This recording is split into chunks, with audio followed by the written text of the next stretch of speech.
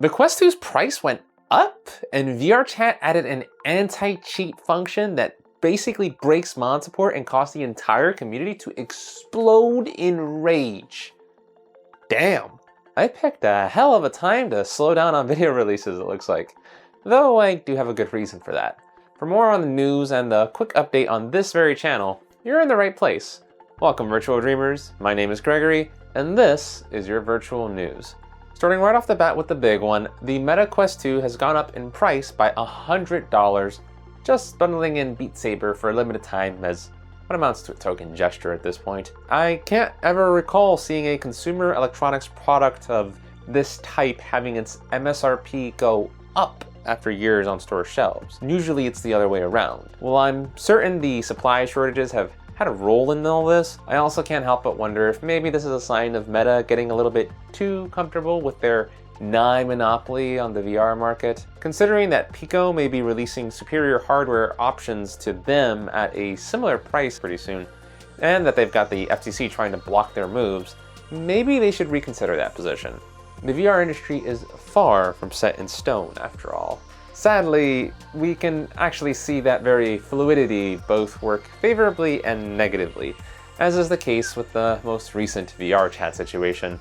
For the uninitiated, VRChat's recent update added easy anti-cheat, effectively destroying mod compatibility in the process.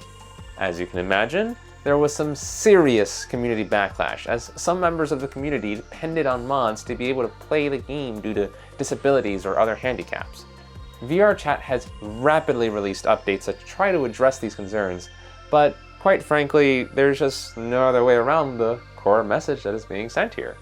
VRChat is becoming corporate. As someone who grew up back in the days where we all used to use more than like 3 or 4 websites for everything, I can't help but lament the trend of platforms becoming more restrictive to chase after dollars. It just doesn't seem to be going anywhere, even in the VR space. Alas, where there is money, there will be people trying to pursue it, and it doesn't seem that VR is going to be free of this reality. On the note of reality and money, that brings us to the reason why video releases have slowed down so drastically these past couple of months. To be quite frank, I'm going broke. If you weren't aware, I actually left my day job back in February for personal reasons and have basically been surviving off of my meager savings since. I ramped up video releases partially to help keep myself occupied with something I enjoy while also earning a bit of extra money. But to be quite frank, it just is not enough to get by, and I've already started the process to get a more fixed, normal job already, so once that starts, production will obviously have to change in order to accommodate the lost time. In the meantime, I've opted to prioritize something aside from making videos that will essentially be a new business endeavor for me: game development. If you recall, I've been working on a game tentatively titled Get a Life Simulator since March 1st. Unlike these videos, which can be fairly easily adjusted to accommodate my job schedule, game development is a much less flexible entity, and my game being as big as it is, and my issues with scope creep being taken into consideration, I just made the decision to maximize my efforts on the game to bring about the highest possibility of it being finished. As such, I have a goal of having the game being in its late beta stage by September 1st.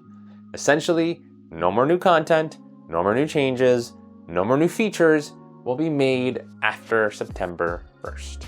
Just bug fixing, polishing, and publishing the final game. While I'm certain this game won't be exactly what I imagined back on March 1st when I started development, what is already here is close enough that you'll probably see me doing a few playthroughs right here on the channel, since I've been hungry for a game like mine in VR for a long time now. With that, I've got to get back to working on the game, so thank you very much for watching this video, my fellow adventurers and dreamers. Till next time, this has been Gregory, logging out.